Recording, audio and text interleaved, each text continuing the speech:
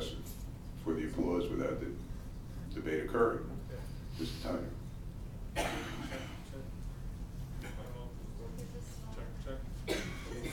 Joel, do you want the Check, mic? check. Okay, I think it's working now, sorry. My name is Joel Tyner.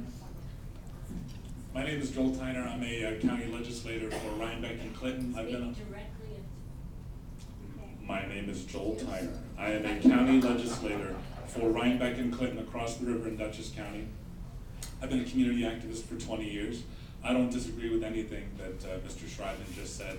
I would just say that if you think about why we're here now in 2012, think about 2008 and think about 2010.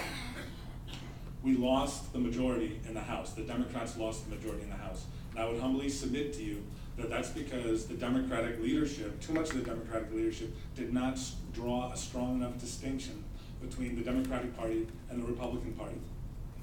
People do not need to be hit on the head to know that the banks got bailed out and we got sold out. And I voted for Barack Obama 4 years ago, and I'm voting and I'm campaigning for him this year. But we cannot afford to have a Democratic candidate who's taking any money from Wall Street. We cannot afford to have a Democratic candidate who's taking any money from the insurance industry.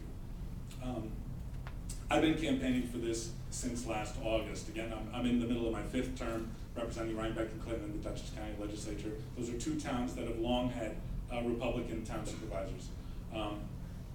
It's because of the goodness, kindness, and generosity in the hearts and souls of people in Dutchess County in March that we decided to allow Ulster County to be part of our congressional district. I just thought I'd lighten a little bit of levity and humor. So my point is this: I have nothing personal against Julian.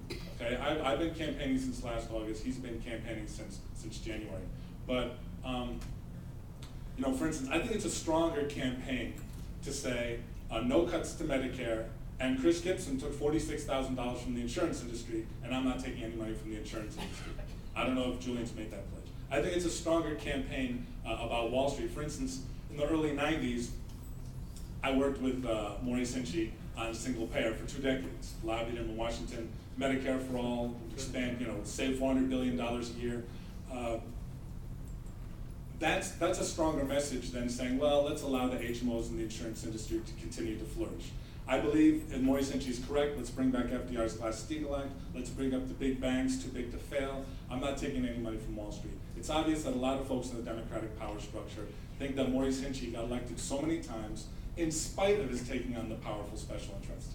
I'm telling you, he got elected so many times because he took on the powerful special interests. Thank you, Mr. Tyner. Okay, now we will turn to the question. So please open question number 1, which actually directly references something